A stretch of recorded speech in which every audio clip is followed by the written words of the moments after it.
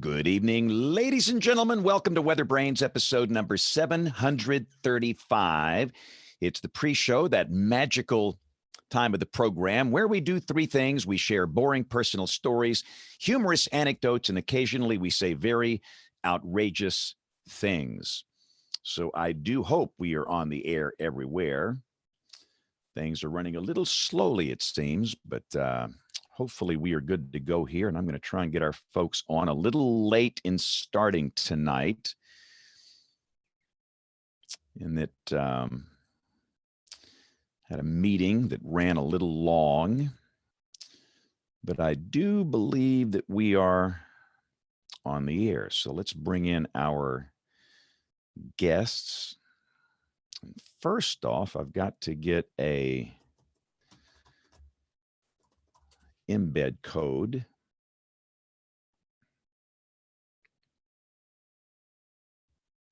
There we go. So let's do this. And we'll do this.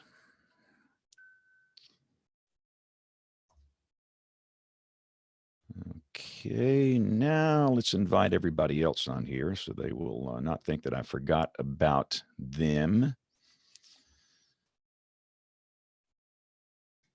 Again, this is for the 17th of February, 2020.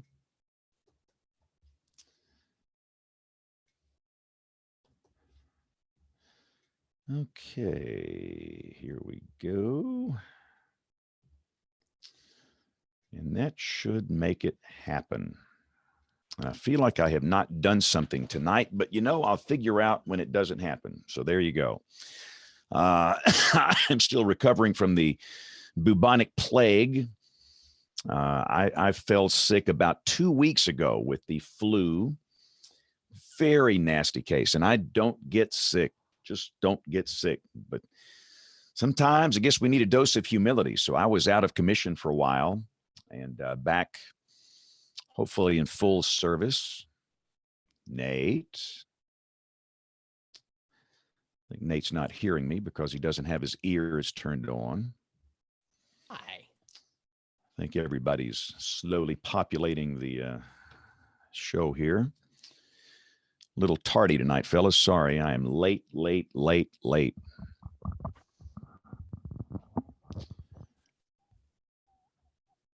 Bill, you okay? I don't think Bill can hear a word we're saying. I can hear you. Can you hear me?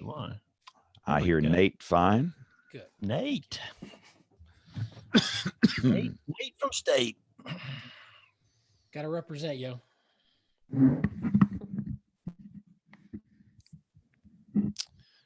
Okay. Let's get the invite to Dr. Mass here.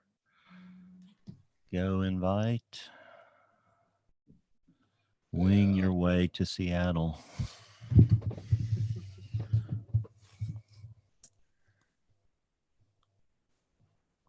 How long does a professor have to wait on a bunch of weather dweebs? Because I told him we'd send him the invite at 8:25, so we were 3 minutes late. We're within our grace period, aren't we? Whoop. He's West Coast. He's not waiting for another 2 hours. 3 hours. Sorry, that's my only time zone joke. A good time for one. Always a good time for a time zone joke. How often do you speak in Gunnersville, James?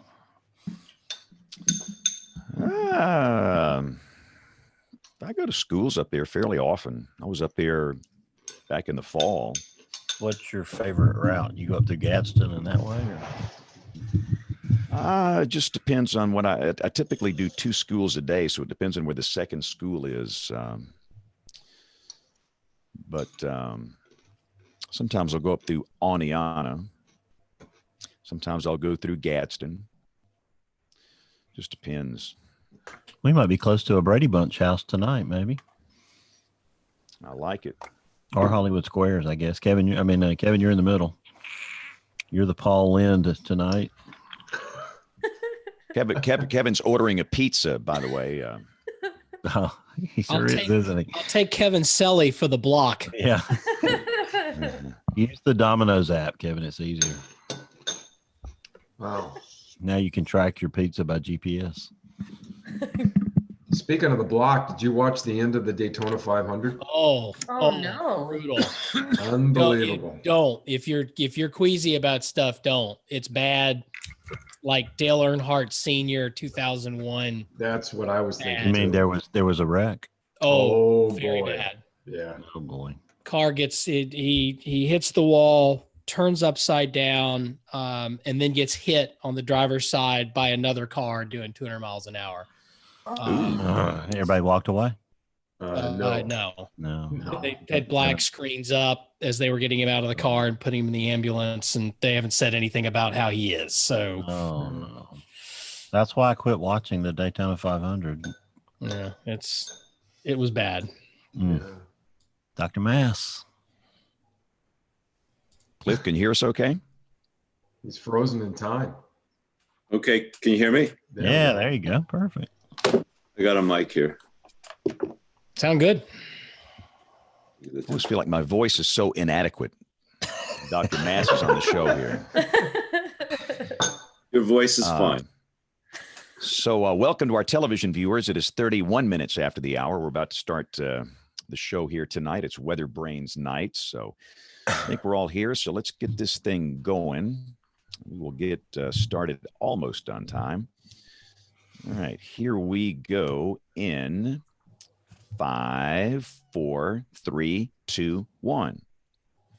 That's the false start. fourth false start in a row.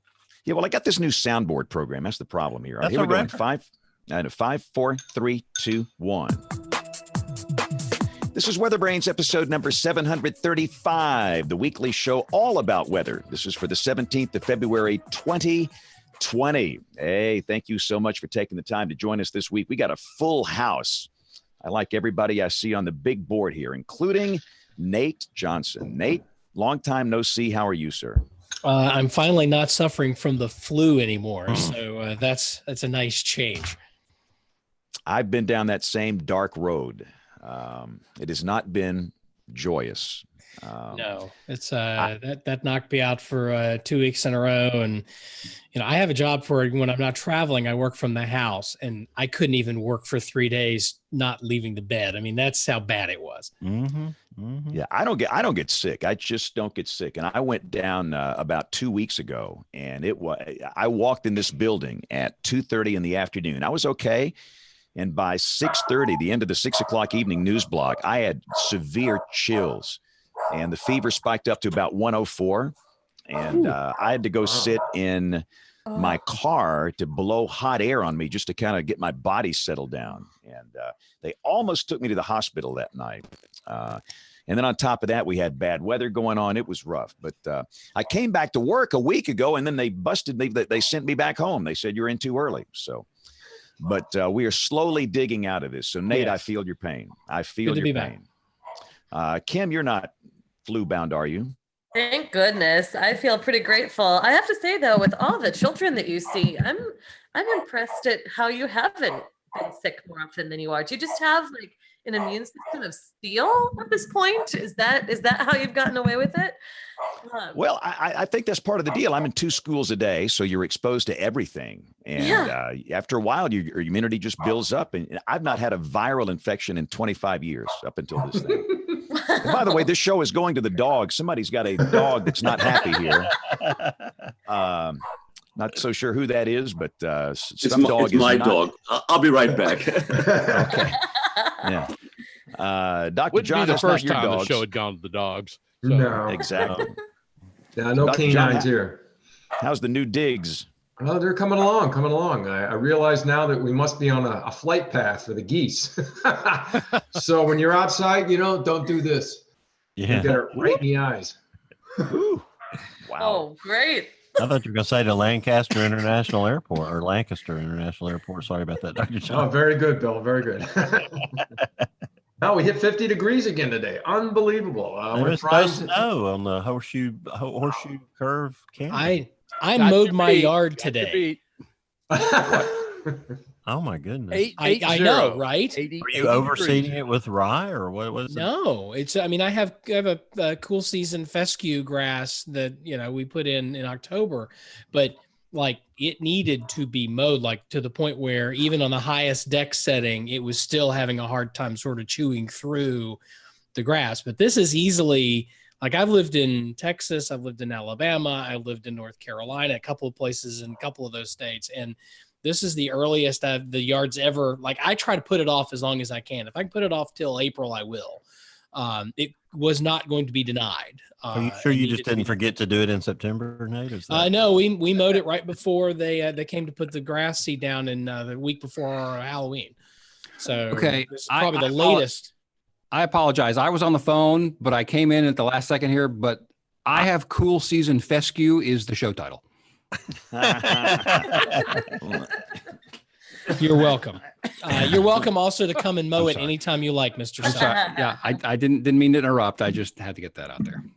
So, Kevin, who are you talking to on that phone? That looked like an urgent phone call going on. It was a very important phone call. I'm kind of a big deal, and I get very important phone calls all the time, and that was one of them. So, Kevin, I just hung up on you. Pushing that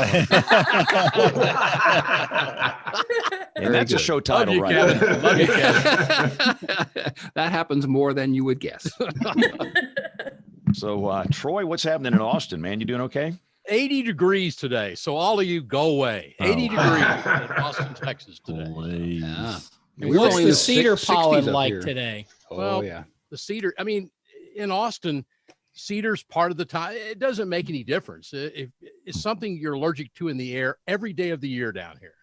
The day the cedar leaves, the grasses show up. The day the grasses leave, the trees show up. And then when they all go, then you're back to the cedar and all this stuff again. So, Oh, Troy, you're in a dark place. You need to get out of that. Poor Cliff is saying, how did I get on grass and allergy brains? Yeah. Really. I thought this was about weather. Yeah. And I think it's interesting, and I'll say this right before we go to Cliff, because he's one of my heroes, that we're sitting here just letting y'all know tonight as we lead into the show. I'm looking on the wall, and the National Weather Wire Service from the National Weather Service nationwide has been down now for 72 minutes. That is the way that people get weather information through the National Weather Wire. Computer-wise has been down now for 74 minutes. And I say that just to let you know that I listen to what Cliff has to say and admire what he talks about. But our IT infrastructure in the Weather Service is pitiful. Okay, don't beat All around right. the bush. There we go. Aubrey, what do you feel about? How do you feel about things tonight? Any crankiness you want to get out? I don't want to get out any crankiness, but as a homeowner who's still working in our yard every weekend, I appreciate the grass tips and all the fescue information. All right. Well, Bill Murray, let's bring in Dr. Mass. We've got many things to discuss here. Can we introduce Kim? Kim, are you? Oh, my goodness. We covered that I am not currently ill, which is that's wonderful. Yeah. You missed. I don't know if you were there for cold and flu season, brains, but I have been ill off and on because I do have a small child, but currently I'm not. So I'm here. Yeah. Well, tonight's guest weather brain is affectionately known as the godfather of Pacific Northwest weather. He's a professor of atmospheric science at the University of Washington.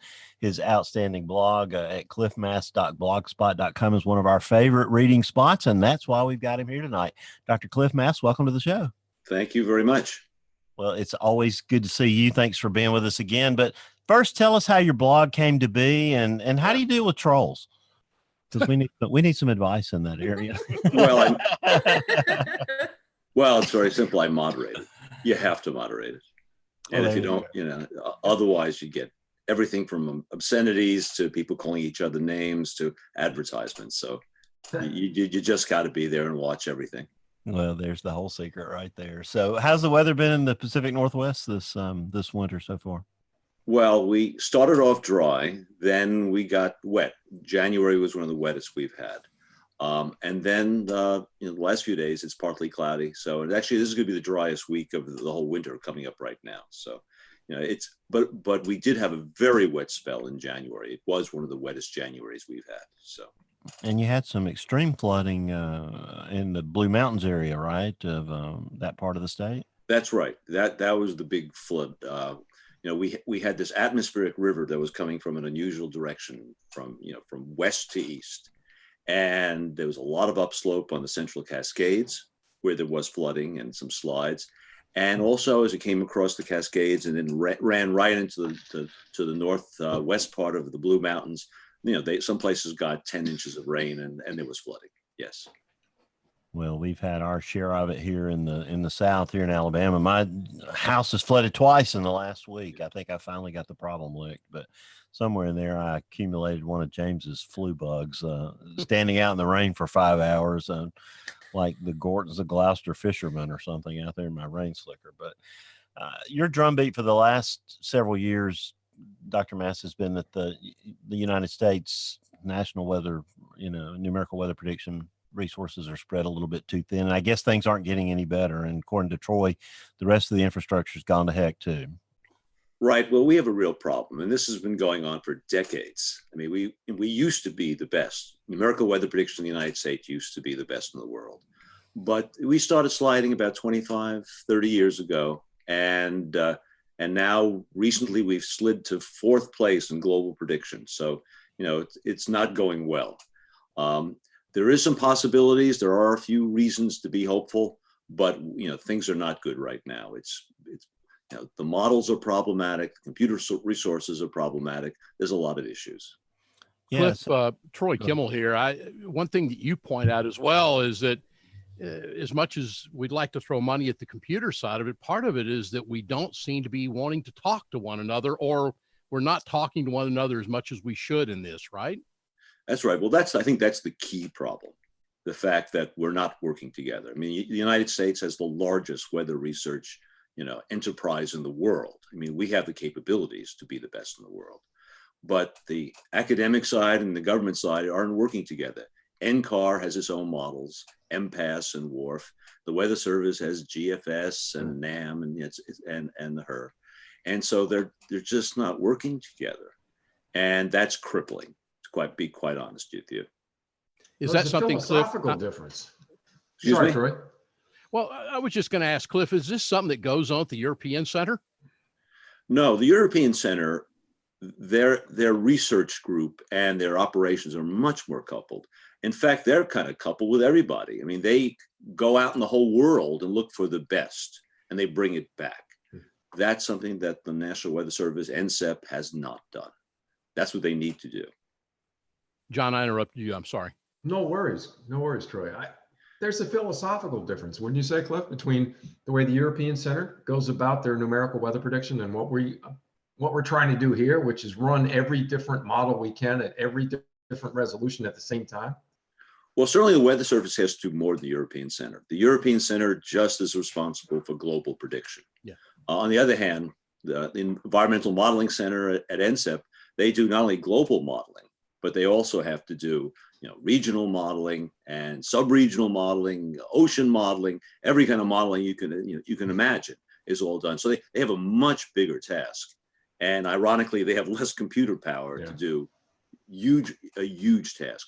There's also a lot of legacy models that should be dropped. I mean, we have this NAM model, the SREF, the Short Range Ensemble System, which are very old. They should be dropped. We have problems getting rid of legacy systems. Cliff, what do you think the reason is? Sorry, I just want to follow up really quickly on that. What do you think the reason is? Why do we hang on to those legacy systems as we do? Is there a well, system? If you talk to management in the Weather Service or NOAA, they tell you that there's somebody who wants it. The JetBlue wants this and somebody else wants that. And no one's taking the leadership saying, we got to turn these things off to give us the resources to do what we really need to do. So, I mean, that's how it happens. But it sounds like every television newsroom I've ever been in. We start doing things and then we can't find a way to stop doing them once they stop serving the function that they initially started. But I should mention there's some reasons for hope. First, we have at the helm of NOAA, a modeler, Neil Jacobs, extraordinarily talented guy. And he knows the problems and wants to fix it. The president's science advisor is Kelvin Drogelmeyer. He's a numerical modeler as well. So we have this in the leadership, we have people who really know the problem. Also, there's some ideas being thrown around about creating a new weather model development center called the EPIC Center that actually is in congressional legislation. So right now we're going to see whether the Weather Service does this right, actually spawns an independent cutting edge model development center. We're going to know the answer to that during the next month. Cliff, can I ask you a question that I sort of think about? And you do an amazing job with this, and this is where I have such respect for you. Is part of this got to do with the fact that this has to do with numerical weather prediction, something that most people would not, beyond the weather dweebs here and other folks, it's really hard people to wrap their brains around this. And I think people maybe have a hard time understanding how important it is. And that's how important your blog is, because I think you make something that's inherently very difficult pretty easy to understand. The things that you're pushing for is the fact that this is so complicated, involve computer modeling and all that sort of thing, maybe hurt us a little bit more. Well, weather prediction technology is probably the most complex technology developed by our species. I mean, you think about how amazing this is. We're using satellites to get observations from the entire world, plus every other type of observation. Bring that in. We run models that use the biggest supercomputers. I mean, we have to model everything from the molecular scale to the planetary scale. It's unbelievable, the complexity of what we're trying to do. So, I mean, the average person may not understand it, but they know that somebody's responsible for the forecast, and people in the government, in NOAA, they should know enough to do this right. So, there's a lot of very complex technologies that people don't know the details of, and this is one of them. But we do know how important weather forecasting is. Everyone knows that.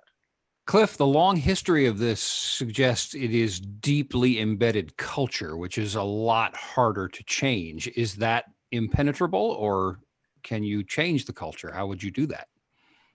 Well, that's what we have to do. We have basically a problematic culture inside NOAA and the National Weather Service right now. And we also have problems that some groups now have sort of lost hope of dealing with the Weather Service anymore, like some people at NCAR. So we have to change the culture. And I think, fortunately, we have some leaders in NOAA that understand both cultures and I think can bridge it. But we're going to need to make that jump to create something new. We're going to have to change the structure of how we do this. That's the only way to change the culture, I'm afraid. So are you pleased with the new budget that's being proposed for NOAA right now in general? Dr. Mass, I know it probably won't address the computing situation, but is that a positive, favorable thing, or how does it stand in the most recent rounds? It's not really a money problem. It's an organizational problem, right?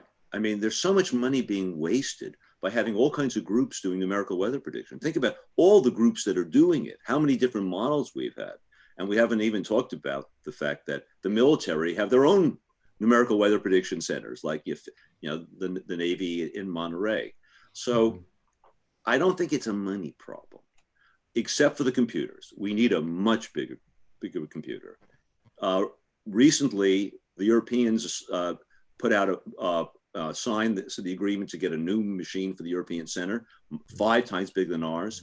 And today, the UK Met Office is announced they're going to spend $1.6 billion on climate and weather prediction with an $800 million machine. It's unbelievable. I mean, they're going to blow us away. We have to catch up in computing. That's important. So how? Go ahead, Kim. No, you go. Yeah, I have a follow-up question, and this may be for people in the audience who may be less familiar with what happens with all of these model systems, who's using them, especially with so many on the market. What you're describing sounds so much to me like the Airbus and Boeing disputes, of the last several decades, and being in the Seattle area. I'm sure you're very familiar with that long history of production of aircraft. But what is it about the numerical weather prediction system that makes us want to compete this way? For example, is there something to the Europeans having the superior global system that we can't benefit from? Is there a reason that we have to beat them? Or could we also consider redistributing our resources toward these other scales, these smaller scales where they're not specializing.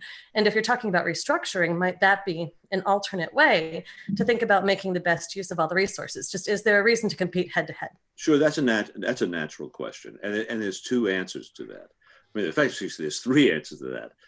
The military, the Navy, will offer one answer, and that's the national security. That in times of war or whatever, we have to have our own system that we control that makes sure no one can take it down. But there's other reasons. The European Center is not necessarily what the best that you could be. We could be far better than that with the resources that this country has. We could have numerical weather prediction globally that's far more skillful. Finally, the European Center is never going to do the high resolution forecasting for our nation. They'll never do that. And in the end, it's all coming down to the finer scales. Global models now are telescoping down to higher and higher resolution. So I think there are reasons, that we do need to be able to do this ourselves, because the models of the future are not a global model or a local model. They're unified models that do all scales. Okay, so the hope is that we'll have a unified system, whereas earlier you were talking about this sort of diaspora of models crossing scales. The hope is that we'll have one system that will do well for our country, keep us secure, and be high quality across every scale. That's right. And that's the Weather Service. That's one thing they're committed to giving up this strange system of having global models and models of all different scales, all these multiple models, maintaining all these separate models. The new modeling system is a unified modeling system. That's the one they're developing now. Thank you. That's really great context, I think, for people who might listen and think, well, it sounds like there are a lot of models. Shouldn't that be a great thing? But to recognize that while we do, in some sense, you can hear about the European model and how it's forecasting, it might not be applied here quite the same way and with the same kind of stability. And in times of, like you said, times of war, we have to think about things like that. We're accustomed to data sharing in this very peaceful time that we live in, but we can't plan for that. Sure. And there's one other thing, a little competition is a good thing. I mean, can you imagine if there was only one car that you could buy, right? It's not that way. It's good to have a little bit of competition, not too much. Maybe, one per country, maybe that's okay. Okay, so maybe within our own country, it's a little too much, but there's a sweet spot there. International competition can be good. That's right. I think a little competition internationally is a good thing. So Dr. Mass, who else would you say has surpassed NOAA in this area? We know the Europeans may have done that, obviously, but who else has passed us? Well, European Center is number one. The UK Met Office in Exeter is number two. The Canadians are now number three. And we're number four of global modeling. That's the order. Well, there you go. Well, we'll have to have a WeatherBrains telethon here and see if we can raise the extra. Okay. What will it take? Would you say 100 million, 500 million, 2 billion? What would it take for us to get to parity and then to get where we need to be, Dr. Mans? $100 million for the computer would be a very good start. And I would note that that's about the same price as one of these high-tech fighters. So one fighter aircraft could give us the money for the computer that we need to radically improve U.S. weather prediction. Think about that. Which gives more security to the American people? But Cliff, you're saying at the same time, we could have a money bag full, but unless we get people to start talking to one another and to at least be willing to discuss needs and wants and agreeing on things, then we could have all the money bags in the world. Yeah, well, certainly a new computer would help no matter what. Okay. But yes, I mean, the first thing we have to do is get ourselves organized properly. Absolutely true. Okay. Cliff, a year or two ago, Dr. Jacobs came and spoke at the National Weather Center, and I got to go up there and sit next to Kim and listen. And the message that I thought that I heard, and tell me if you think this is wrong, is that the general idea was that the Weather Service was saying, well, we can't do all the things. And so if we provide the platform for everybody else to do all the things, then 1,000 flowers grow as opposed to us just picking a few. Is that what you have sensed from them? And does that make sense to you? No, I don't really understand that. I mean, to do this kind of global prediction is extraordinarily costly. And right now, the only entity that's done it up until recently was in the United States. The two entities was the National Weather Service and the Navy. Recently, a private sector firm is joining the crowd. Not doing as much, but they're doing it. And that's IBM, or the Weather Channel.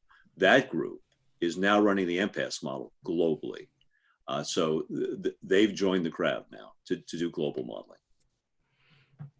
Did I explain that wrong, Kim? Or maybe that's a different thing. That was the commercial products, or? No, I think what you were describing was he was trying to talk about how Epic will provide this sort of common platform for everyone to work on, and have like sort of the single garden where all of the everyone can come and plant their plants and they can contribute all their energies. So it was. So I think that was the. If the context of the Epic Center, that's correct. The Epic Center.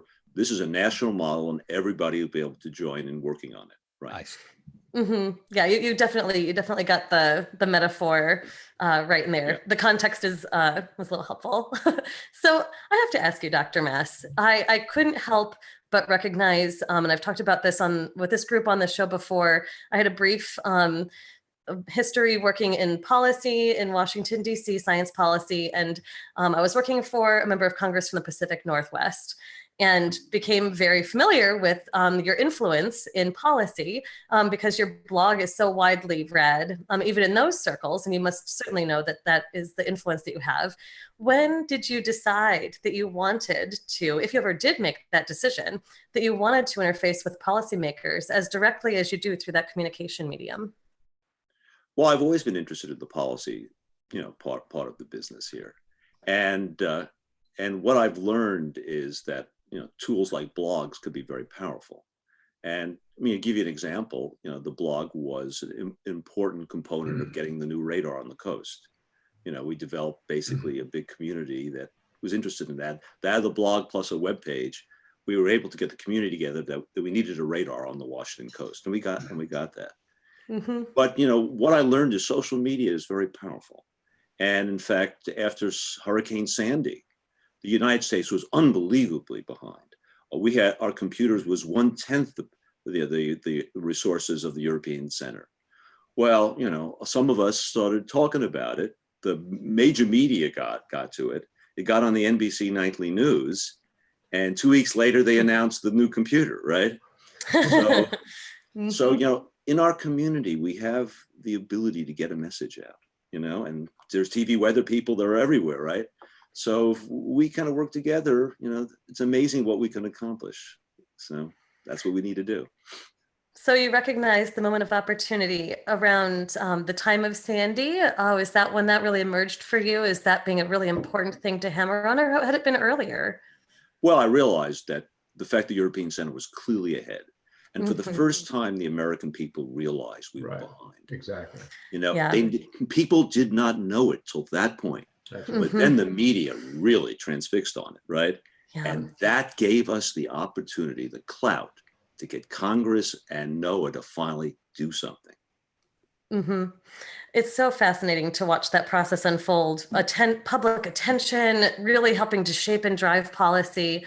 And I don't think that I think you could go to a grocery store in Alabama and talk to a clerk and ask them what they know about the American model versus European model, and they'd probably say, yeah, we've got to beat those Europeans. We're not winning right now. I think everyone would know, right? Right.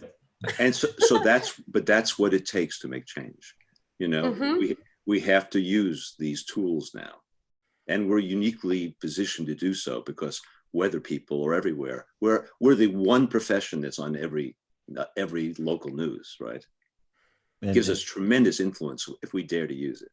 And would it be different if it were the Chinese or the Russians that are more of a superpower rather than an ally that were doing it? That's interesting in and of itself. But you mentioned in a recent post, Dr. Mass, that the Weather Channel is generally, you quoted, just some statistics that were in the paper and a forecast or a validation service that you follow, that the Weather Channel is more accurate generally than most other, forecasts for the two locations you specified. Is that because of that impasse model, or is that a different methodology? No, that's even without the impasse model. So the Weather Channel and AccuWeather and a few of these others, their forecasts are much better than the Weather Service, which is something that a lot of people don't know on a day in, day out basis.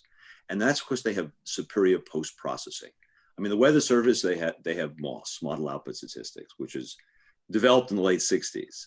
But these private sector firms are using a system that was originally developed by NCAR called diecast that takes in all kinds of different models of various origins, plus observations, and optimally combines it to produce a calibrated forecast.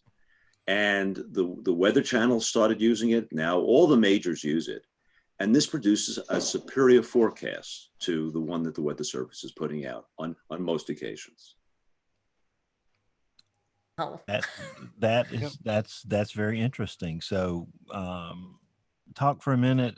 We're going to have Dr. Dana Carlos on in a few weeks because you raised the topic of EPIC. You've had conversations with him, I suppose, all the time. And so, what would you have us ask him that night? What are the important points that you've asked or made in that arena? Excuse me? What would you ask him, or what would you have us talk to him about specifically? Well, I mean, he is the point person for EPIC. And so, it's in his hands and others what EPIC's going to be. So that's the big question. What will EPIC be like? And there's two models of EPIC. One is EPIC is, basically they have other people do some services for NOAA, and NOAA maintains responsibility. But the other one is to have EPIC being an independent center that has real responsibility and clout and resources. That's the one we need. And so that's the question, which one is he going to support? But he's only one person, but it's a high level issue. You mentioned, I'm sorry, Kim, go ahead. Oh, I was just going to ask if you have a preference personally on how you think that things ought to be structured. Oh yeah, Very Glad blogged about this. EPIC needs to be an independent center. And, and one in which NCAR is a very important component of. Yes, so it cannot be a NOAA. In fact, that's something that Neil Jacobs is saying. It can't be a NOAA. It has to be outside. It has to be truly independent. Have you ever seen an example of this is a government-funded center, so non-government managed entity? How would that work? Well, in some sense, NCAR is that way. NCAR is sponsored by the National Science Foundation. Right. So indirectly, but yes. It's outside of the National Science Foundation, right? So it is an example that there are others like that of government-sponsored entities that are not inside an agency. That's what this has to be. Okay, so just outside the Weather Service is the key component. Right, outside of NOAA and the Weather Service. And Neil Jacobs would agree completely with that. Fascinating. Sorry, Bill. I thought that it was just really interesting to see what the preference was. Figured there was one. That's exactly where I was going to. That's really good, Kim. So you mentioned data assimilation is a problem for our numerical weather prediction. Talk about that. Explain that kind of in detail for our audience, Dr. Mess. Why is that a problem? What makes it an issue, and how should it be changed? Well, that's the key reason why our global model is behind. Is the data assimilation is inferior. And the European Center and all the other ones use something called 4D-VAR, four-dimensional variational data assimilation. This is very computer intensive. It involves running the model backwards and forwards several times. And so we've known this is a superior approach, but we haven't done it because we haven't had the computer power. So I think that's the essential ingredient to catch up at least. Very cool. So do you get much pushback, Dr. Mass, ever for your views? From whom? From, I don't know, anybody, any quarter, Weather Service people, other scientists, crazy people. Well, didn't we start this by Dr. Mass saying that we needed to moderate the comments on his blog because of trolls? I think he's answered that question already. Well, it's funny, most of the Weather Service people, when I get them aside, they agree with me, and they're not upset either, because, people are generally not upset when you tell them that you hope that they are the best in the world, that they should be the best in the world. You know, it's hard to get mad at somebody who feels that way about you. So, I mean, there's all kinds of excuses, but everybody knows where we are is not a good place and that we could be in a better place. Talk about the importance of machine learning and why that's important and why that's working so well for some of these other entities. Well, you know, machine learning is not like the second coming or something. It's not a completely different world. It's another way of doing statistical post-processing, but it's a better way. So, you know, machine learning, I think, could do a better job, much better job in Moss. And actually, some people are already doing this on a research basis, actually trying machine learning and finding they can get superior post-processing. So, yeah, I think it's just another tool to do better with what we have. Could you describe for our audience who might not be familiar with what that post-processing is? What is machine learning in a nutshell? Well, it's just a more sophisticated way of doing what we're doing. And that is taking all the inputs, all the various models. Mm-hmm. We have all these different types of different models that are available. We have all kinds of different observations. And how do you train on what has happened in the past? You know, you have a history of forecasts, how well the forecasts have done in the past. And you have all these observations. You can use all this information to statistically combine all these different forecasts to get an optimal, to do as well as you can. So in a nutshell, that's what it is. And there's simple ways to do it, like Moss does, which is linear regression. Machine learning is a whole nother level up. It allows much more complex relationships between the model forecasts and the forecast and the actual forecast you're making. So by learning, the machine is learning something like a pattern. It's learning to recognize how relationships function and put those, and sort of identify features and promulgate those through the system. Could you give a concrete example? I mean, to give you an example, a decision tree. So, you know, some of the machine learning algorithms are very much like decision trees. You know, everybody knows what a decision tree is. You know, you have various choices and you go, well, there's a very well-known one called a random forest, which that's what all it really is. It's a lot of these decision trees. It's an ensemble of these decision trees. And you optimize how these various trees, these decisions are made, and to get an answer at the end. So this is not like some kind of strange new animal, really. It's just a more sophisticated way of doing what we were doing before. What do you see as the future for the humans involved in this, like myself and James and Nate, who's in charge of a big tribe of TV weather people, and then in addition to that, or parallel to that, the humans at the local weather service offices doing the forecast? Well, I think the key, I think in the end, it's going to be very difficult for humans to beat calibrated ensemble systems, quite frankly. You know, I don't think I think we're already seeing the transition that the weather service people, human forecasters, cannot beat these automated algorithms that's used by the Weather Channel and AccuWeather and others, right? That's what we're saying now. They've already lost. On the average forecast, humans are not as good. I mean, that's happened already.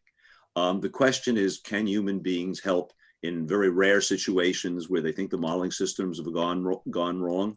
Maybe for a very short-term forecast for a while. But in the end, humans are not going to be able to do better than high-resolution models that are being fed by tremendously dense observational networks with statistical calibration. We just won't beat it. So I mean, that's a given, I think. But what do humans do? It's the communication side, to communicate these forecasts to other humans, so humans can optimally use the forecast. I think that's a sweet spot that humans will continue to have.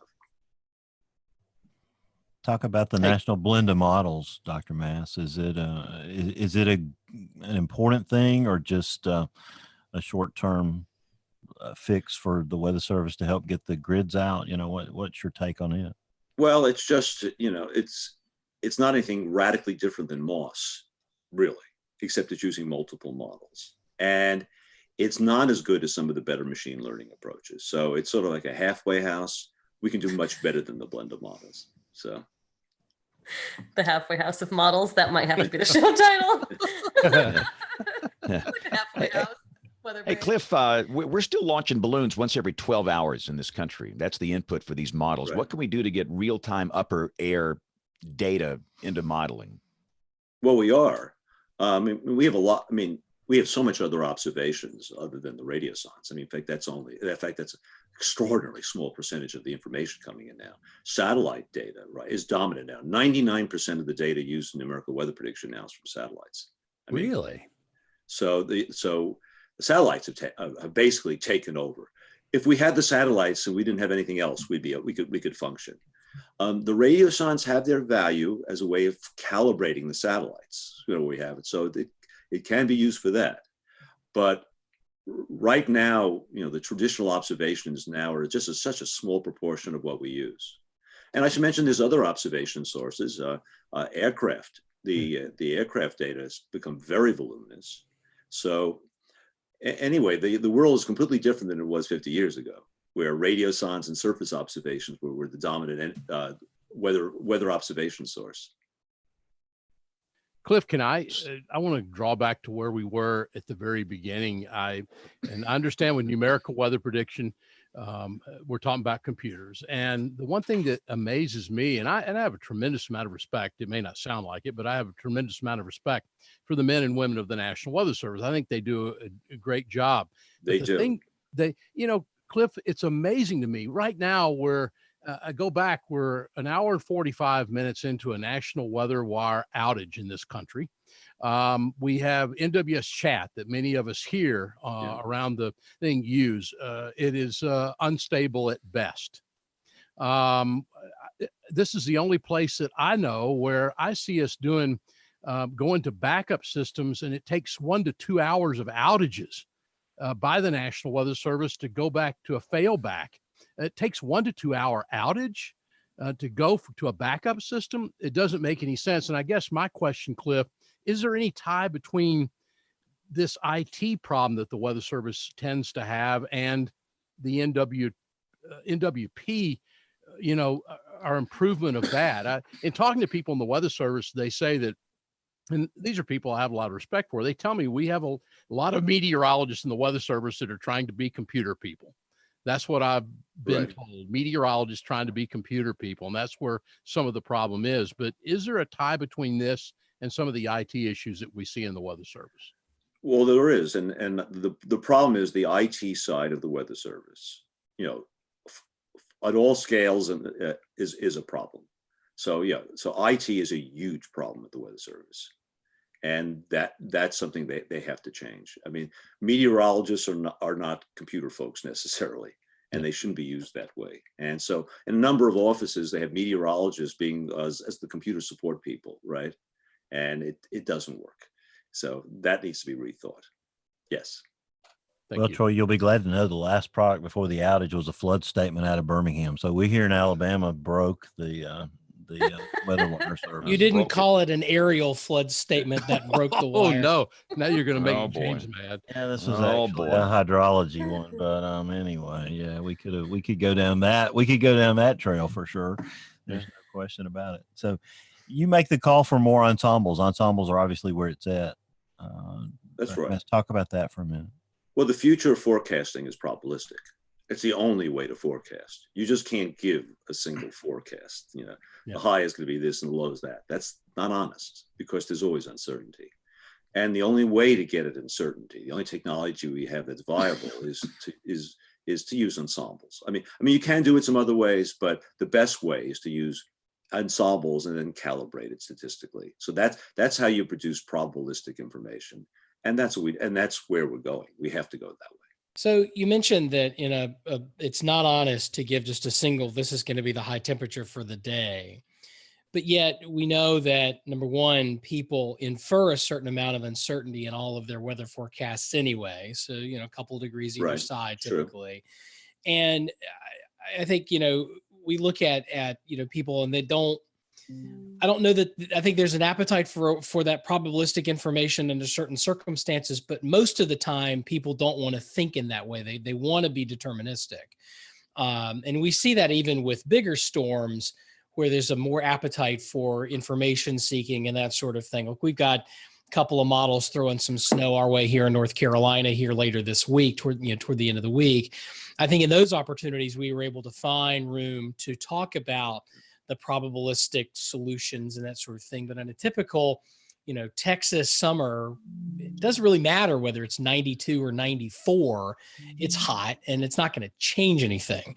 So what are your thoughts on how we share that information? And are there times where, only sharing one number, probably not the most probabilistic thing to do, but we're going to do it because nobody cares, right? Well, you can certainly give the most probable value, right? I mean, it's like a lot of software is. You can get more information if you want it, right? So for the daily forecast, you can give them the most probable value. If you want to give them a range, you can do that if they want to get more information. But when you have mission critical forecasts where people's lives are on the line, then we have to graduate to probabilities, because sometimes if something terrible only has a 15-20% probability, you have to be ready for it, right? So, the probabilities are very important, especially for the most extreme weather. I think, I don't know that I don't want to come off as saying I'm anti-probability. I agree with you 100% on that. I just think of those, there's a time for it and then a time for just not necessarily. And I think your point about, I think that's sort of what we've been doing all along, right? We've been giving the most probable value or the most likely value. I think that's what most people, most forecasters are trying for when they put a number on a 5-day forecast or 7-day forecast or what have you. But I think that like you mentioned, the higher impact events, Jamie Rome from the National Hurricane Center puts it, told you that, you take a party of 5 to a restaurant and said one of the 5 of you was going to get food poisoning and wind up in the hospital tonight, you change your reservations. And sort of recasting that 20% chance of something, in a way that that captures the seriousness. Because there's a difference between a 20% chance of an afternoon shower and a 20% chance of a tornado passing in your neighborhood, right? The same percentage, but the event we're talking about is much more the serious. impact. Yeah.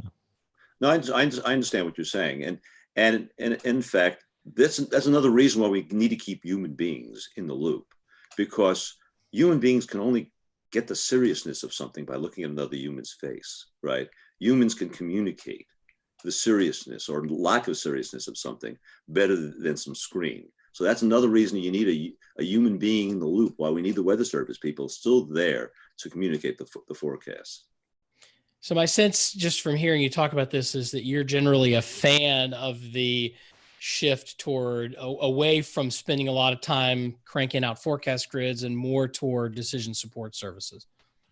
Well, we need the forecast grids. We need the foundational information, which is the models, the observations, and then the post-processing to give you the calibrated forecast. We need that, right? The decision support stuff. Well, that's the question of who does that, right? Is it the Weather Service or is it the private sector? And there's an area that some people will disagree on. I think, at this point, the frontline folks of the Weather Service office are cranking out grids, but they're not the ones writing code for the models, right? We've talked about meteorologists being computer people. It's not the folks in the WFOs that are doing that. So I think the question is, if we're shifting toward an era where the computers, and I agree with you, I think we've been on this road for a long time, getting to where you're not adding a lot of value as a human in the forecast if you're spending 2 hours tweaking day 6 of a 7-day forecast. The computer's going to beat you on the average. It's going to beat you more times than not, with the exception of sort of the black swan events or things where 20 or 34 years experience and pattern recognition may be able to give you an edge, but those opportunities are going to be increasingly rare. But what do you do with the workforce of the National Weather Service and a dedicated civil servants, in an era where the computers are sort of taking over the reason that a lot of them got in the job in the first place, right? They got in because they love the weather, they wanted to forecast it, they loved the challenge of it, and didn't want to do any of the other operational things, be it TV or private sector or what have you. So I think, is that still a good place to be, or do you feel like the private sector needs to be taking more? Well, again, they're going to be in the communication business more and more. not so much the forecasting business. And there's another thing they have to do is watch all the observational assets in their areas. And, when some observation stuff, when that airport sensor goes wrong, you need people watching this stuff as well. So there's a lot of things to do there. And then to be there when things are failing, okay? Until we're perfect, we can learn what's wrong with our models by having forecasters really watch the situation carefully and get back to model developers what's going wrong. That kind of communication between forecasters and model developers, that needs to be enhanced. Great feedback loop. Go ahead, Kim. Oh, I was going to ask this a really quick follow-up question on that line of thinking. What advice do you offer your own students on the way that they should direct themselves and guide themselves as they develop their career trajectory? What kinds of skills do you think that they should be obtaining? Well, first, the careers are going into is changing, right? Mm-hmm. Right. A lot of going into the private sector now. That's even the graduate. People who would have gone into academics now are going to the private sector. So that's changed a lot. So clearly the computer skills are extraordinarily important to get job, and modeling skills, that's very important. Statistical skills, data handling skills. And then strangely enough, communication skills. That's maybe not stressed enough, the ability to communicate coherently, either PowerPoint or an oral presentation, whatever. Those are very important skills. And you've commented frequently, Dr. Mass, about the inadequacy of our current K through 12 educational system. Talk about that for a second. Right. Well, that's a big issue. Is our ability to teach math and science has anything declined over the last 30 years. The students are coming to the universities less equipped than they were, even doing basic math, fractions, things like that. It's stunning, how poor things have gotten. So that's a whole nother area, K to 12 math and science education, that we need to put more attention on. So if you got your way and days 1, 2, 3, all the things you wanted, and days 1, 2, and 3 got better, do days 4, 5, 6, 7 go up at the same exponential rate, or no? Well, clearly, if you have better data assimilation, you have better initialization, you're going to improve forecasts straight through. But there's other things. Having our models go to much higher resolution at all time scales, that's a game changer. That's one of the things I'm doing. I'm running a global model, MPAS, at 3-kilometer grid spacing over the whole world, and I run this for a month. The results are stunning. If we had the computer power to do this operationally, we could radically improve our forecasts week 3 or 4. So there's a lot of room to improve stuff. And it goes through time scales from the shortest to the longest. So Dr. Master, you have another book coming out anytime soon?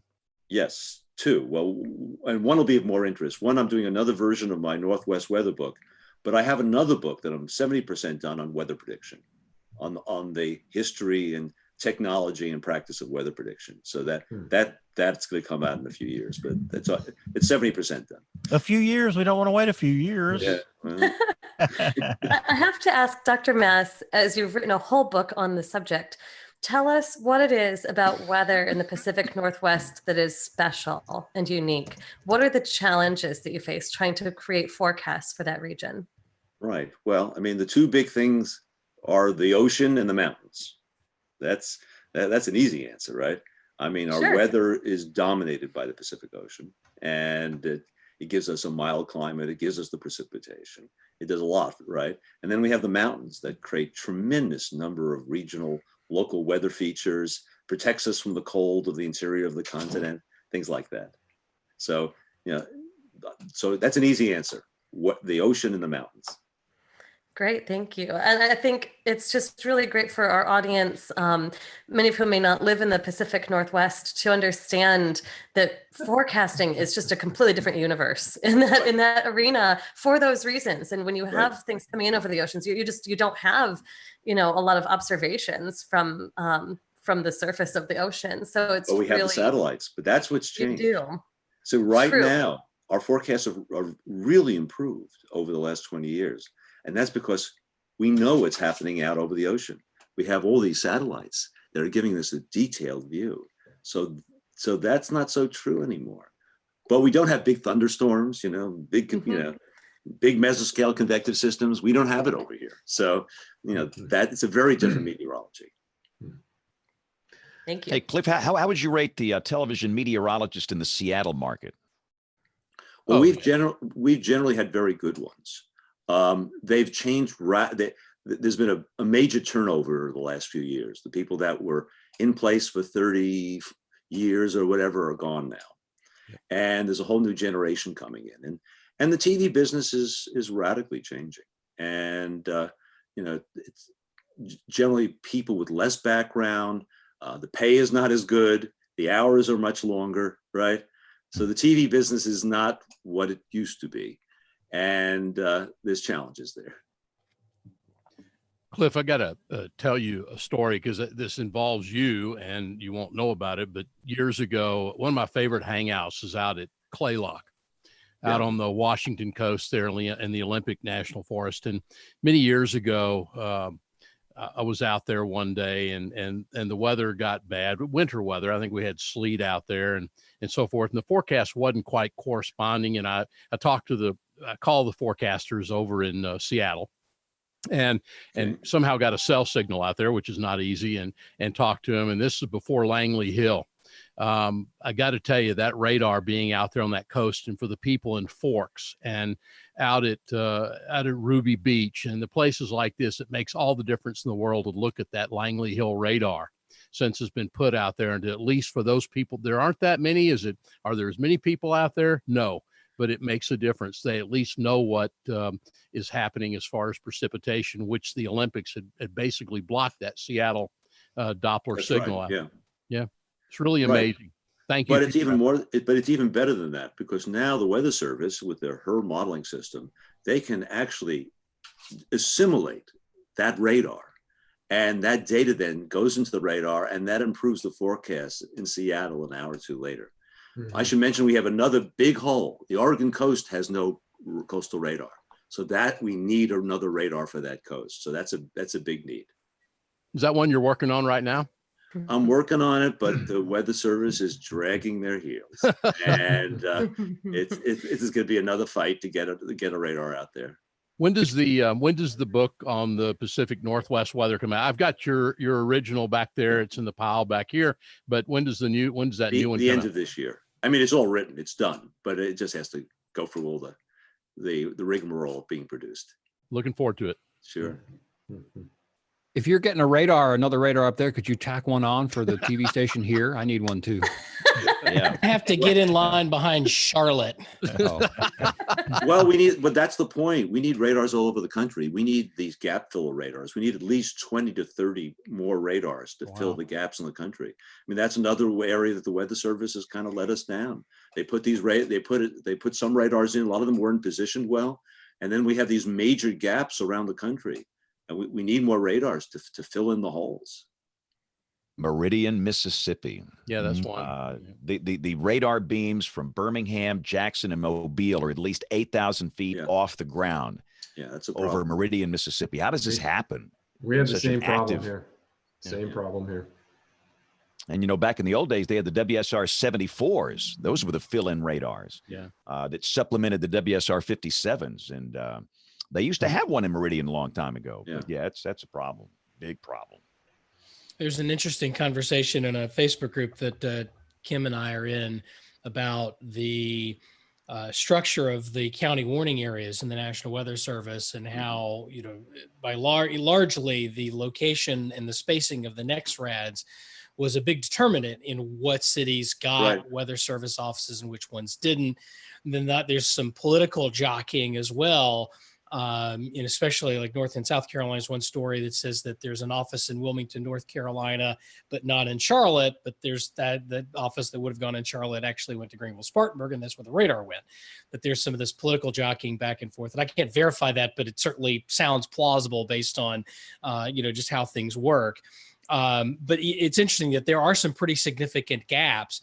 And I look at places like Charlotte and Cincinnati, both, metropolitan areas with nearly 1 million people each, that have really terrible NextRad coverage in the lower levels, to the point where, at least here in North Carolina, to try and compensate for that, they've dropped the minimum elevation angle for a couple of the surrounding NextRads, including Blacksburg and Raleigh, down to 0.2 or 0.3. But that still doesn't fix it, and it can still be problematic. That's right. Yeah. I mean, we need dozens of more radars, and they don't have to be as expensive as the radars that are in there right now. These expensive S-bands. That less expensive radars would be okay. Cliff, what are your thoughts on the state of academia in the science of meteorology across the United States these days? Well, I mean, we increased the number of departments around the country. I mean, it's still pretty healthy, I think. But it's getting much more difficult to get research funding. That's certainly a transition that's happened in the last 20 years. So it's much more difficult for the younger generation of new faculty to get money to do weather research, for instance. That's definitely a problem. For what reason? Well, there's more people, more departments, and the money hasn't been going up this very rapidly. In fact, in some places, it's going down. Some agencies are actually putting less money into research than they used to. Question is, do you still love coming to work every day? Oh, I do. Well, it's my hobby. In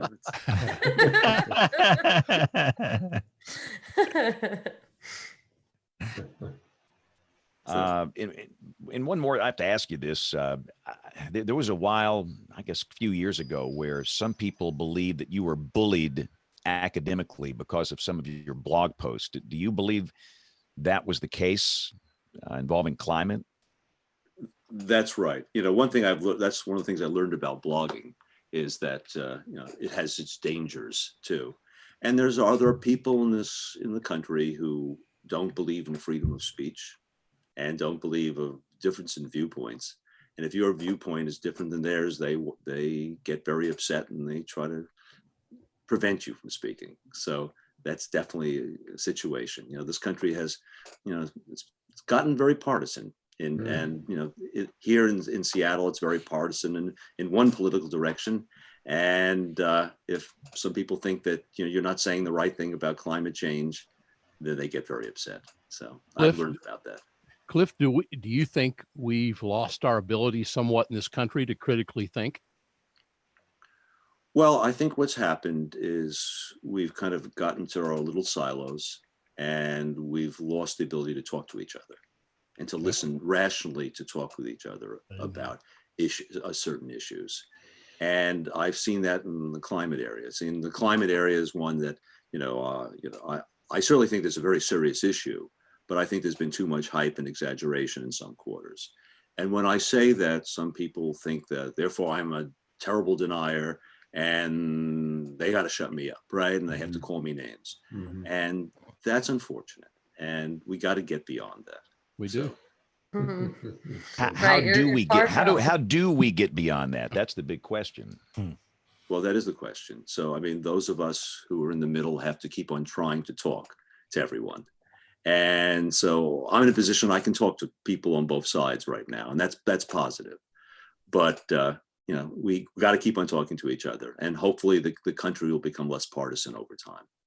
One thing that's good is weather prediction is very bipartisan. That's one thing I've learned. Oh yeah. Well, Republicans and Democrats, they both support weather prediction.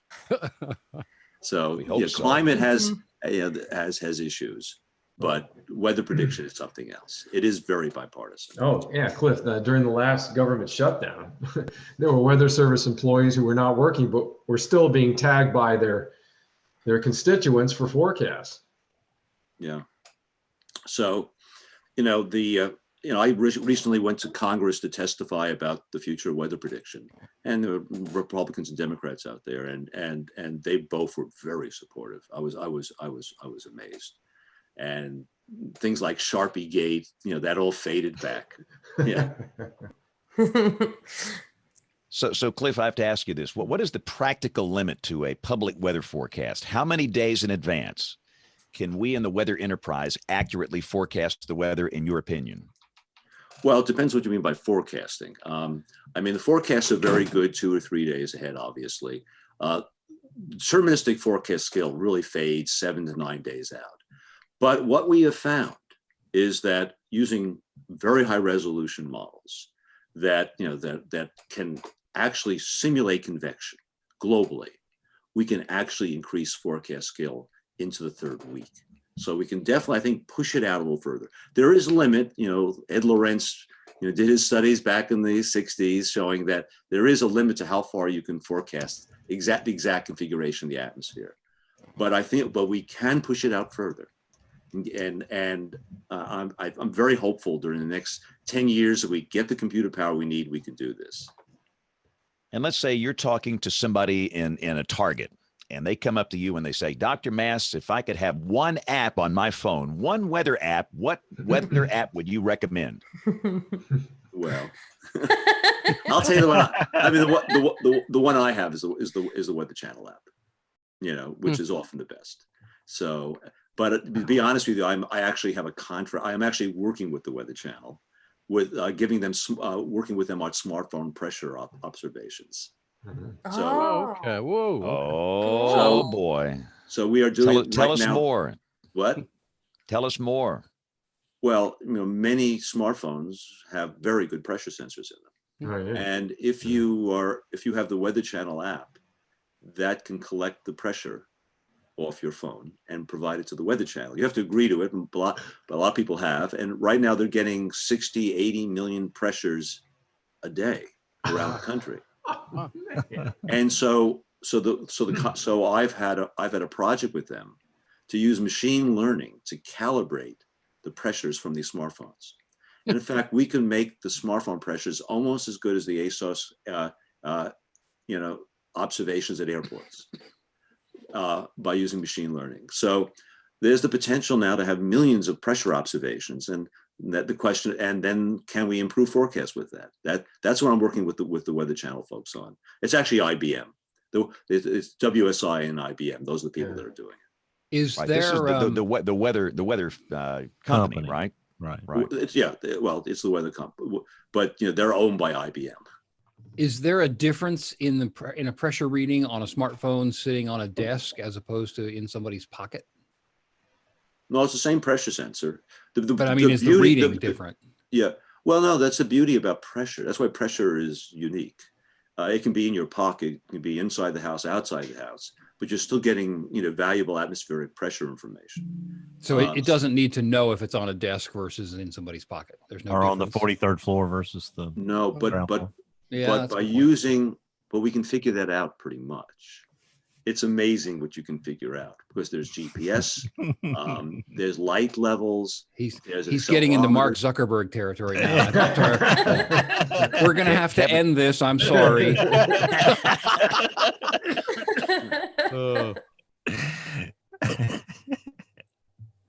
All right. So Cliff, give us a plug. Plug your blog. Plug your Twitter account. Anything you want to plug. Go. Your books. This is your chance. Okay. Go. So plug-a-rama. Go. Okay, well, I mean, the only plug I have really is I have my blog. So if anybody's interested, my blog is available. cliffmass.blogspot.com.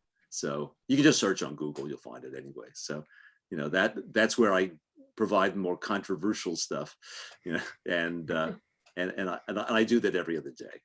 So. And then spend the rest of the day moderating the comments. Yeah, I was reading some of those comments today. Interesting. Well, I don't put the extreme ones on. Yeah. I mean, one thing I've learned is there are people out there that can be very mean. Oh, They attack each other. They attack me. No question. And then there's a large number of people who go to blogs and just put commercials on for things. Yep. There's people that's their job to leave comments with. So moderation is very important. Well, Cliff, thanks for coming on the show. Sure. You've given us over an hour of your time. It's always great having you on the show. We love your blog, love reading your books, and thanks a lot for your time tonight. Okay, no problem. Take care. Thanks. All right. Thanks a lot, Cliff. Sure. All right, let's take a quick break here for Tony Rice and the Astronomy Report. We're going to come back with picks of the week, weather roundup, and much more as WeatherBrains rolls along. Looking beyond the atmosphere, here's Tony Rice with your Astronomy Outlook. This Tuesday morning, February 18th, the moon will slip in front of Mars, creating an occultation. Occultations are very useful to astronomy. They give unique opportunities to study the atmosphere of planets and moons using the light from the occulted body as a backlight. Occultations outside the solar system have enabled the discovery of hundreds of exoplanets. Now, the moon, of course, doesn't have an atmosphere, but this one's still going to be pretty cool. It will be visible from the lower 48 United States, nearly all of Canada, plus Central and parts of South America. But what you see depends on where you are. Mars will disappear behind a thin crescent moon. Then about an hour later, it'll reappear from behind the limb of the unlit portion of the moon. Each disappearing and reappearing act takes about 15 seconds, with the latter being the most interesting to watch because the planet seems to pop out of nowhere. Best viewing conditions will be in the southwest, and the worst will be in the northeast, where the rising sun will make Mars difficult to see, especially with the naked eye. In the eastern time zone, you're going to need a small telescope or pair of binoculars. The entire event takes place in the daylight hours. It's a similar story for much of the central time zone, but the sun will be far enough below the horizon from about central Texas northward into the Dakotas. Twilight conditions should make it even better in the mountain time zone. But your best view is going to be in the Pacific time zone, where skies can be dark enough to see Mars disappear and reappear low on the horizon, even with the naked eye. But from California's Central Valley northward into the Pacific Northwest, only that reappearance is going to be visible, because the moon will be below the horizon as this all begins. But again, reappearance is the best part. That's your astronomy outlook. Follow me on Twitter at RTPHokey for more spacey stuff like this, and look for the occultation visibility map there. Whoop. When the weather ball is red, warmer weather is ahead. When the weather ball is white, colder weather is in sight. When the weather ball is green, no change in the weather is foreseen. When colors blink by night or day, precipitation's on the way. So let's do a quick weather roundup. This is for the 17th of February, 2020. And let's start with Kev in Wichita Falls, Texas. What you got out there? We got nothing. We've just been really, really quiet for a long, long time. In fact, I was with Rick Smith on Friday because I got to go up to Norman, and he was observing that it has been really quiet for Wichita Falls and Lawton in the severe weather category, and that concerns him because it, especially over a long period of time, it sort of lulls people into a false sense of security, and you never know when that's going to break. But we got nothing. All right. Well, goodness. Kim, you got nothing up Norman? I mean, we're in this pattern of, and I have to say, I'm a huge fan of the pattern, but it's a repeating pattern. 4 weekends in a row that are just gorgeous in the 50s to 70s, sunny, beautiful. And then during the week, it all goes to crap. And it's going to repeat again this week, where it gets kind of cold, possibly some snow. A couple of weeks ago, we got quite a bit of snow. We might get a little bit of snow by midweek. But it looks like things will trend back upward toward the end of the week. So pattern for now holds. And, in the middle of the week, we just go to work and say, this is terrible, but at least we're not outside. I saw that 1,044 millibar high dropping down in there, and I thought, oh, good gracious, there's going to be some cold weather. But it's not really a very cold pattern coming, is it, Kevin and Kim? Not that bad. No, this latest one is kind of tempered by the Pacific air mass too. So we're just chilling, waiting for our For those turn. that don't have the video, we should note that Troy is in his tank top and flip flops today. Yeah, I still think the show title, Kim, I got to tell you, I like it. It all goes to crap. That is the show title. Yeah, that is the subtitle of WeatherBrains since episode 001. Exactly. We're 80 degrees again today here in Austin, but kind of an overrunning pattern. I mean, that cooler air is going to come south, pretty shallow wedge. We've seen that in the last couple of weeks, Kim and Kevin, in our part of the country, and upper level disturbances continue to override that. So we're in the QPF from Weather Prediction Center suggesting 1 to 2 inches of rain around here. We're in drought right now. We could use that in central Texas. We'll wait and see how that works out over the coming days. But looking at Austin numbers for February, we're a little above average. And by the time we get to the end of the month, we may be at very close to average for the month. And some danger with these 40s and 50s for highs beginning tomorrow. that we may be a little below average for February. So it'll be interesting to see. Shock. Yeah, I know. Shock. And James will All right. be in third place in February rainfall here after tonight. Probably there's only 900s out of third right now. Yeah, James, we've had how- what, nine inches of rain so far this month where we are here. It's been awfully wet. And James, it's for you and Bill. This situation over in Jackson, Mississippi, is really bad on the Pearl That's River, right? terrifying. Yeah. Mhm. Yeah. Yeah, it's not good. And Yeah. we've actually got major river flooding on the western side of our state, the Tom Bigby and the Warrior, and they're struggling too. So there's just water's got to go somewhere, and it just happens. And if you've seen the video coming out of Jackson, it's pretty scary stuff. So the flooding is pretty severe. Nate, how much snow are you getting this week? If you believe the 72-hour NAM, we're getting half a foot Thursday night into Friday. I'll eat my hat if we get half a foot, but it'll be delicious because we haven't had anything here resembling winter. Yeah. I would leave the hat comments on the shelf when it comes to winter weather around here. Yeah, that's true. I'll take that back. I'll drink another cheer wine. I gotta tell you, I'm sort of desperate. The only snow I've seen this year or this winter, really, I happened to be in New York City when they had the snow squalls come through. Then I wound up getting stuck at JFK that night. It's a whole other story. But that was pretty, and that was all the snow I've seen all year. So with the exception of Boston, I was there after snow. That's the weirdest thing, by the way. I love the travel that I get to do for this job because I was in Boston less than 12 hours after the last flake had fallen. And most of the metro area got 6 to 9 inches. It's just a legitimate snowfall. This would have shut down Raleigh for a week. And I get off the plane at Logan and I take the little shuttle over to the rental car place and I get in my little rental car and I drive down the Mass Pike like nothing happened.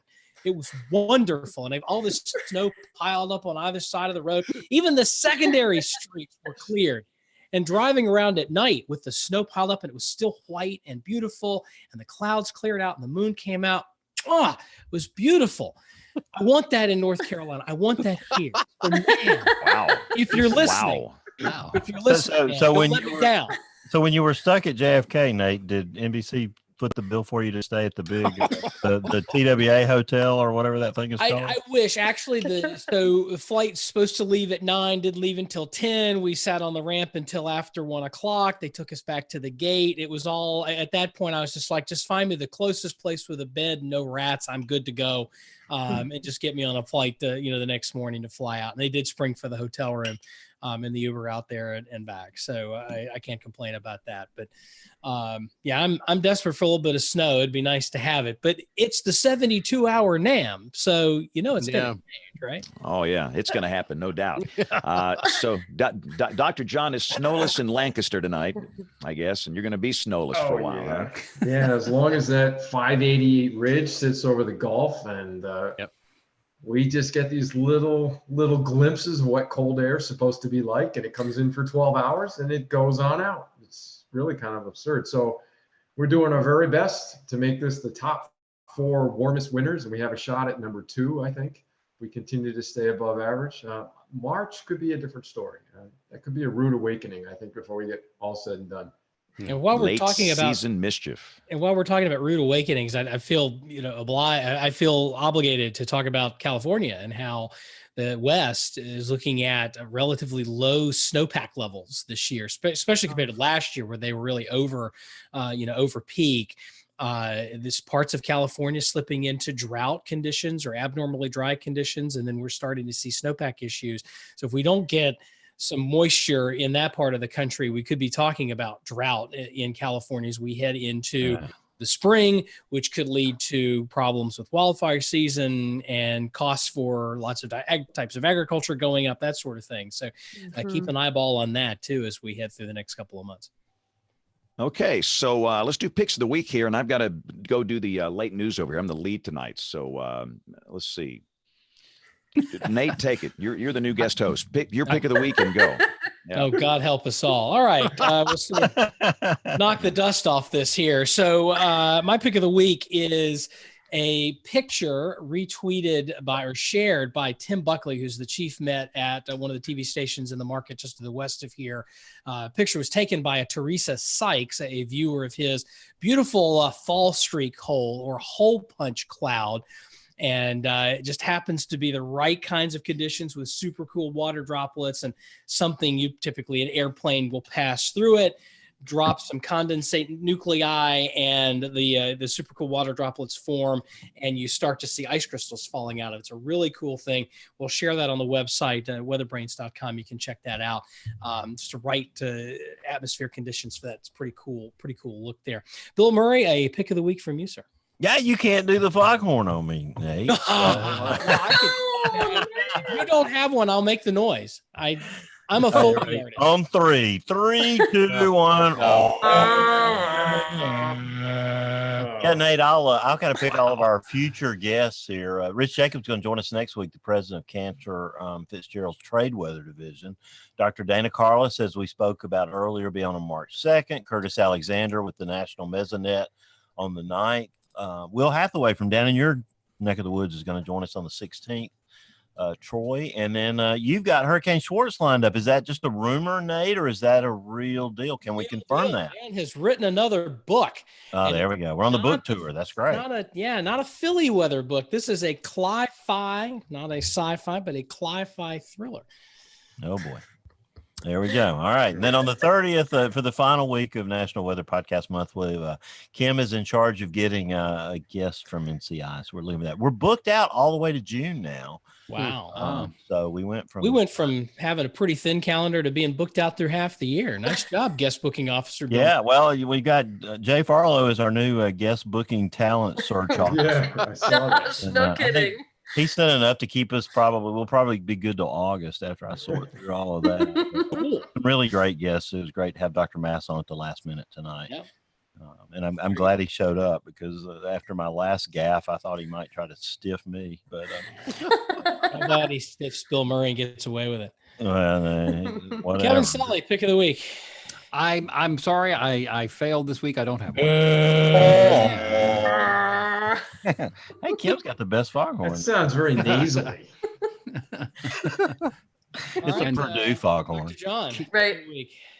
Well, let's see. We're closing in on the first day of meteorological spring. So I'm a big proponent of great safety messages that can be delivered simply and easily understood. And the Weather Service through Weather Ready Nation has got a great site, Spring Safety Infographics. Yep. So that is my pick of the week. I give a shout out to whoever's producing those. They're really just they are good. They're usable. They're outstanding on all levels. It's good information, but they're graphically consistent and look good. And I think it's really interesting. Although, is this some sort of a change or am I missing this? There's one that has tornado watch and tornado warning. And under tornado warning, the definition is a thunderstorm capable of producing a tornado is imminent. Is that a change? Does anybody know? Or has that been the official definition for a while? I think it's been the definition. Okay. I feel like it's less definitive than I'm used to, and I haven't gone looking for this in a while. So I suspect that the reason that it's capable of producing is because they issued tornado warnings with the objective of having positive lead time. So if you issue the warning and the tornado has already occurred, so you'd have stronger language. The storm has produced a tornado, then you won't get lead time. You'll have sort of missed the boat. So I think they probably had to make that definition to accommodate the reality that the storm is capable, and they think so, at least sufficiently likely to warrant a warning. But again, Kim, that the issue that I brought up before with one of the weather forecast offices is that they're dropping the word capable from the tornado warnings with radar indicated tornadoes. And I have a little heartburn over that. Yeah, me too. So. Yeah, but that's really interesting because to me, it's like a softening. I understand Kim's point, and then just to be devil's advocate, because that's what I always do. On the other side, you go, oh, okay, well, does that allow people to go, oh, capable? Maybe they're not paying that close attention as we are, but it's capable. Maybe it's not as big a problem. I mean, that, or else they'd be doing our jobs. Poor use of the term. Yeah, I think I bet you that nobody in the public is getting that language. I would bet you, because even with Right. impact-based warnings, there was a study done, because there was a lot of hand-wringing about, are these things verifying well enough? Can we actually do this with scientific quality? And while there were a lot of concerns about that, the studies showed, really these messages aren't promulgating into the public very deeply anyway. So probably not something to wring our hands over. They're not promulgating anywhere tonight. Nope. National Weather Wire Service. Dr. Kim, pick of the week. I am, well, while we're talking about warnings, there's a great little bite-sized science story that came out from NSSL that just this week. And it's talking about one of the technologies we've been testing at the hazardous weather test bed called Threats in Motion. The basic idea is, right now we issue warnings in sort of a patchwork quilt, following the storm. We're trying to stay a little bit ahead of it. But what this does is it produces really strange patterns of lead time. So you can have places like Lee County, Alabama on March 3rd that only had a couple of minutes of lead time, simply for the reason that warnings are created to abut county lines. This just happened to be a place right on a county line. By the time they got another warning issued for their county, there wasn't a lot of time. What we could do instead is put warnings in motion following the storm. It's a very different paradigm for forecasters to work with, and also for end users to use, and for communication infrastructure to handle. So while the idea seems really straightforward, and a lot of people really like it, we've started some stakeholder engagement work to gauge, is this something people really even want? And they very much do. In public safety arenas and beyond, we really have to do the work necessary to make sure that it'll work well. And that's what that little story is about. All right. Thank you very much. Troy Kimmel, pick of the week. Pick of the week actually was when Cliff released his latest blog post on Saturday. I was one who sent that back to y'all, and is my pick of the week, talking about the National Weather Service and again, numerical weather prediction. What I think we'd agree, admitted were some shortcomings and things like that. So that was my blog post, my pick of the week. All right. Thank you very much. And appreciate that sort of triggered, I think, on our email list internally, triggered a conversation that wound up having Dr. Mass on the show today, a very topical topic to talk about numerical weather prediction as we head into, the rest of this year. Obviously, we've got some decisions to be made here as we talk about EPIC and some other changes coming along. So, all right. So we'll wrap it up then here. Wrapping up, WeatherBrains is the original All About the Weather podcast, netcast, whatever you want to call it. We've been doing this for a decade now. It's a long time. Anyway, typically do it on Monday nights, 9:30 Eastern, 8:30 Central, 6:30 Pacific time. And we do it now on Google. Well, used to be Google Hangouts. Now we just stream it live on YouTube. But you can always catch the audio version of the program on your favorite podcasting software, including Apple Podcasts and everything else, a Stitcher and whatnot. If you want to send us a pick of the week, a guest suggestion, or have a question for any of the panelists, you can shoot us an email at weatherbrains.com. All the picks of the week, by the way, will be on the website, weatherbrains.com. You can also check us out on Facebook, Twitter, Instagram, TikTok, Snapchat, my book, FaceSpace, and all the other things that make Kevin Selly's head I was going to explode. say, if Kevin hadn't left, he would. We're on I know. TikTok now. We'll just have to leave him. I didn't want to do that with him on the show. I just let him go because I didn't want to hurt his feelings. Right. Anyway, you can check us out anytime. We'd love to hear from you. Shoot us an email. We'll have an email segment next week. Aubrey had to duck out some computer problems at TV stations, so we certainly can sympathize with that. So with that, I am Nate Johnson, which means I am not James Spann. Good night and God bless. Great show. Thank you. Thanks, everybody. Thanks, Good to see you. Everyone. See ya.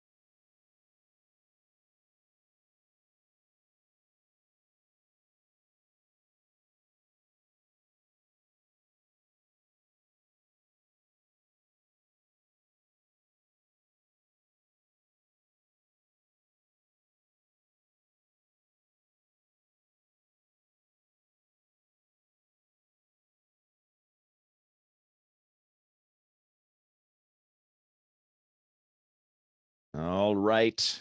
Still people here. Thank you guys for watching. Stepped in here in the middle of the newscast. Got to go back in there and finish that. But thank you for watching WeatherBrains tonight. Great to have Dr. Mass on the show this week. Always fun to have him on. And we'll see you guys next Monday night. We are out of here. Have a great week and God bless. Bye-bye.